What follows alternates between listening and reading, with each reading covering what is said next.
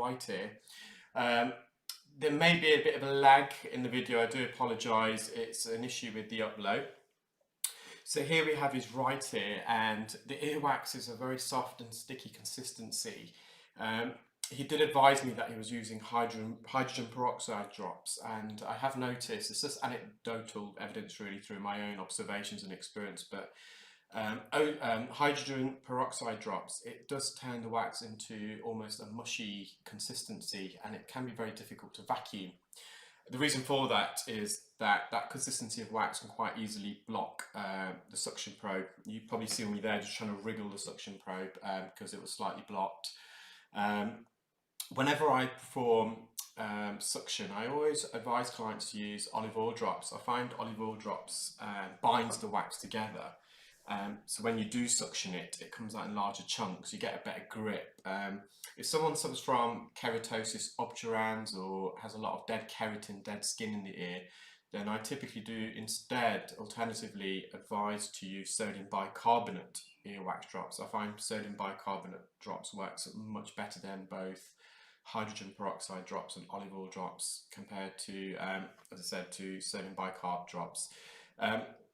So what I'm doing here now, because of the consistency, I'm just using a Jobson horn to scoop out the lateral part of the wax, which is the wax near the entrance. I managed to get clear kind of the outer third of the ear canal. Couldn't really go any more with the Jobson horn because the wax was a bit deeper and I was having to make contact with the canal wall, and it was just not possible to scoop that out without causing a bit of pain or discomfort to the client. So I've decided now to instill some olive oil drops myself to change the consistency of that earwax, and you can see the oil in there, it has changed the consistency. And I've resorted back to the Zollner suction probe, and I'm on the anterior lateral canal wall. So the anterior means the front part of the ear canal and lateral means near the entrance, and I'm just gently peeling away a layer of dead skin. You can see that skin attached to the wax off the canal wall. I'm now approaching the roof, so the superior part of the ear canal, and you'll see in a moment this wax, because of the olive oil, it's binded this wax together. You can almost compare olive oil drops to some egg in a cake mixture, whether it's a fish cake, potato cake. The egg binds that mixture together, it makes it firmer and more solid, and similarly I do find olive oil has the same effect with earwax, and as you can see I've managed to get a huge piece of wax out there. This piece of wax was actually so large it didn't come through the ear canal at the same time, it was larger than the entrance of the ear canal. The ear anatomy is a bit unique, so at different parts of the ear canal it narrows, widens, protrudes, which can make it a bit more difficult because quite often you're removing larger pieces of earwax through a narrow orifice. So I've cleared the ear canal, there's a bit of dead skin, soft wax at the base. I'm just gently hovering over that, not making contact with the ear canal because that part of the ear canal is very sensitive, it's literally skin on bone. Whereas the outer part of the ear canal, it's cartilage and some fatty, fleshy tissue, so it kind of has a buffer effect. Just mopping up the entrance, and here you can see the eardrum, and now anteriorly and superiorly to the top right, to top east, if you're looking at a compass, you can see there's a bit of bruising, a bit of inflammation. I did a pressure test called tympanometry just to ensure the client wasn't suffering from what we call glue ear or acute otitis media, which is a buildup of fluid behind the eardrum, because that can cause inflammation, it can cause a bulge. But his tympanometry results, he came back with what we call a type A tympanogram, which suggests normal middle ear function, which you wouldn't have if the client had fluid, infected fluid, glue ear behind the eardrum. His symptoms were alleviated, he wasn't experiencing any pain. He reports using a cotton bud, and that's what's caused that trauma because he did go quite deep. So we've just asked him to monitor that, and we've just written a letter to his GP just to kind of make the GP aware of the condition of the right eardrum. And if the client does experience any pain, he will obviously resort and make an appointment with the doctor. Sometimes you can get a glomus tumour, which has come as a pulsatile inflammation at the base of the middle ear. And that can cause inflammation, but that bulge is typically at the base, the floor of the middle ear, so you wouldn't really see that in that part of the eardrum. So we now have the client's left ear. You were seeing before, the wax is a completely different consistency, it's very dry here. and quite sticky with loads of skin adhesions. And the client's also got a bit of otitis externa. So otitis externa is an umbrella term to define an outer ear infection. You can get superficial otitis externa, which is just a bit of dry skin, which is what this client's got, and you can get deep acute otitis externa, where you then get visible swelling of the ear canal, pain and discharge. So discharge in terms of ear, we call that otter ear. So you can call that discharge or ear pus, but the technical name when it relates to the ear is otter ear. So I managed to remove the big chunk with an ear hook. The suction probe wasn't really getting the grip. Momentarily I did go back with the suction probe to try and release this last piece of wax. If you've been watching a lot of my videos, when the wax is deep, I always try and use a suction probe, because you're less likely to make contact with the ear canal, with that part of the ear canal being sensitive. But that suction probe wasn't really getting a suction grip, so I had to delicately go in back with the ear hook, and I released the wax. You probably saw that on the posterior canal wall, which is the back part of the ear canal. I gently lifted it off the canal wall, removed all the skin adhesions, so elevated it, managed to remove the big chunk of wax.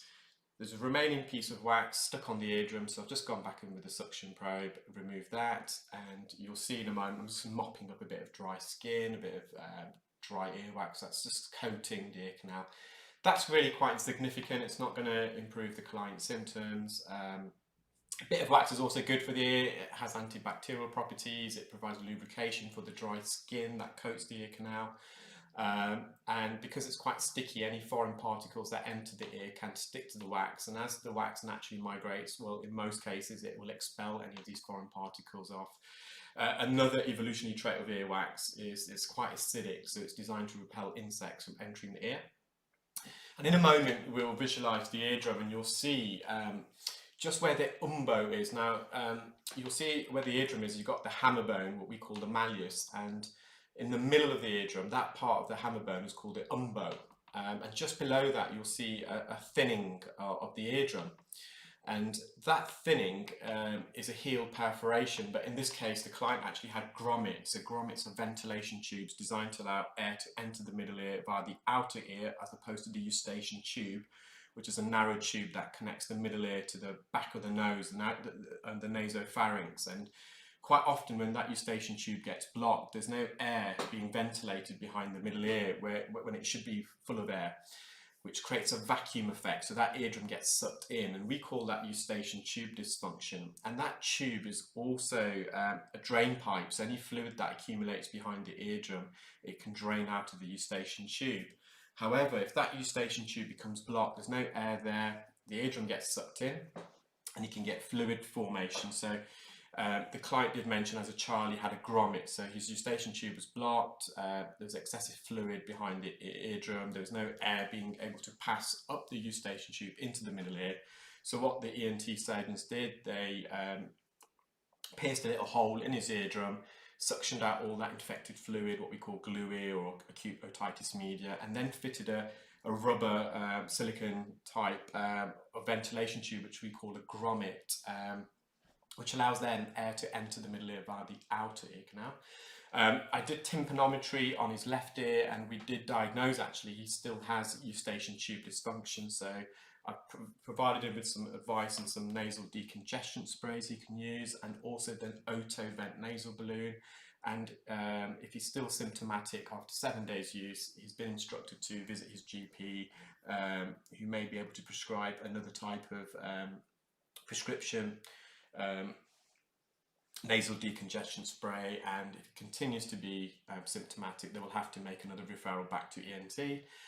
I hope you enjoyed that video. Sorry, the commentary went beyond the procedure itself. I just felt it was a good opportunity to talk about the ear anatomy and some of the conditions and treatments that are available. If this is the first time you've watched one of my videos, I do thank you. If you've enjoyed it, please do comment, like, share. Subscribe to my YouTube channel and select the bell icon, which notifies you as and when I upload new videos. And similarly, if you're watching on Facebook or Instagram, do follow, comment, share, like.